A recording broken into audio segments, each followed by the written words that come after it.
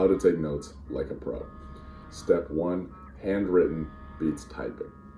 The reasons for this are pretty well studied. Using handwritten notes creates more neural connections. You're having to do more with motor control, and actually writing the words on paper can help you with better retention and understanding. I will note, I've had about the same experience writing on paper with like an actual pencil and as using a tablet and a stylus. But the key is that you're writing, you're not typing. So that's a major part of this. It's going to help you out quite a lot.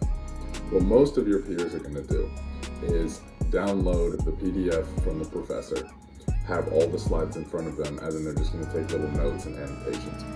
I actually recommend against this.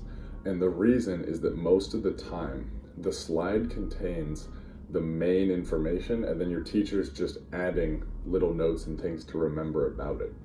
So when you have the notes already in front of you downloaded, or all the slides, and you're just adding things, unless it's a professor that does those slides that have like fill in the blanks, so you're supposed to be doing it, if it's just the full slide, you're not really having to filter what information is truly important and then figure out how to add it all.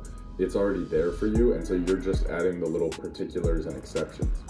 And so I think you really miss quite a lot of the value of taking notes is in having to filter what's on the slide into my head and onto the paper, what's really important, what's not, because that's creating engagement. And as we've said, engagement facilitates learning.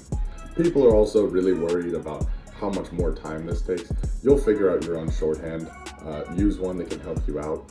Example, the word because is for me B and an arrow, because I use an arrow as this causes that. If I'm putting a note below something, I do like a down and a little arrow from there. Or I'll just put dashes between things, draw arrows and connections, all those kinds of things to save a lot of words.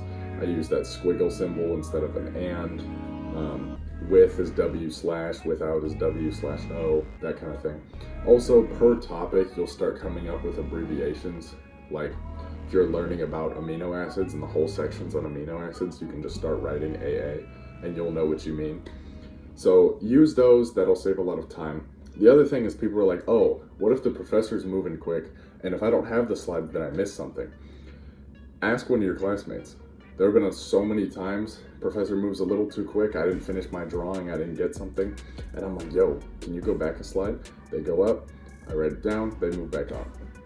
It's not really a huge inconvenience to anyone else, and it facilitates your learning a lot for two reasons. One, you're taking notes by hand and filtering them, and two, once again, the information on the slide was now important enough to you to overcome the fear of interrupting and asking someone something, and asking a favor at that.